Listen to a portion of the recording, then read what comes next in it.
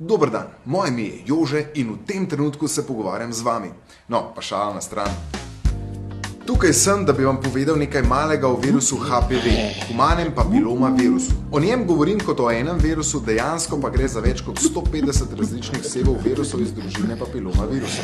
Ti pri človeku povzročajo produktivne okužbe v keratinocitih kože in sluznic. Nič ne štekamo, a ne? No, gremo naprej, malo bolj simpel.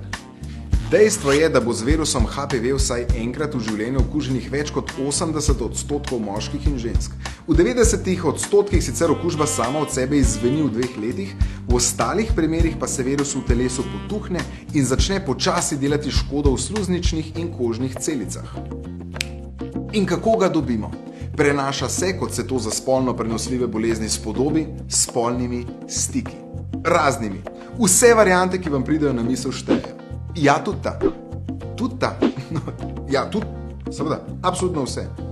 Če sem rekel vse, vse. No, pa pustimo zdaj to. Zakaj vam to pripovedujem? Zato, ker je humani papiloma virus povzročitelj raka na materničnem vratu, ki je drugi najpogostejši rak med ženskami do 45. leta. Gotovo veste, da kajenje povzroča raka. No, povezava med HPV-jem in rakom materničnega vratu je kar 400-krat večja kot med kajenjem in rakom pljuč. Na svetu vsako leto zboli več kot 500.000 žensk in 270.000 letno zaradi tega raka umre. Če to prenesemo na Slovenijo, pomeni, da za rakom materničnega vratu v Sloveniji vsako leto zboli 130 žensk. Od tega jih četrtina zaradi tega raka tudi umre. To je skoraj cela zbornica učiteljic, ali pa še hujš, to je en malo manjši avtobus hudih beb. Vendar pa to še ni vse. Če pokličete v naslednjih 10... Vendar pa HPV ne ogroža samo žensk. Visoko rizični HPV, predvsem genotipa označena številkama 16 in 18, poleg 99% raka materničnega vratu povzroča tudi več kot 80% rakov anusa in 40 do 60% rakov penisa, vulve in vagine. Vsekakor pa tudi nizkorizični HPV, predvsem genotipa 6 in 11, ni od muh.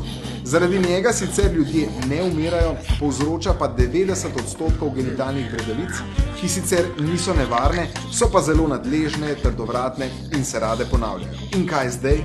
V jok in na drevo, pa lego kocke s sabo. No, tako hudo vse ni. Za preprečevanje okužbe s HPV-jem si lahko pomagamo z ABC načeli. A kot abstinenca ali odlaganje prvega spolnega odnosa na čim kasnejši čas. Ja. Gremo dalje. B kot be faithful ali zvestoba enemu spolnemu partnerju pod pogojem, da je tudi on zvest samo vam.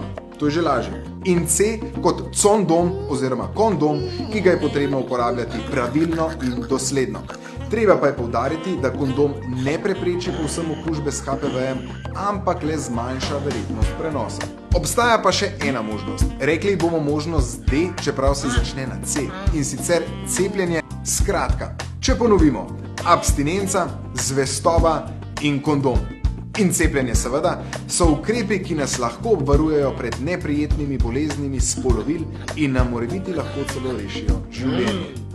Jaz sem še vedno Jože, tole pa je bilo moje malo predavanje o HPV-ju. Hvala za pozornost in nasvidenje. A ja še to, v primeru pa, da vas zanima več o virusu HPV, ne oklevajte in stopite čim prej do svojega zdravnika. Brez skrbi, ne bo povedal mami.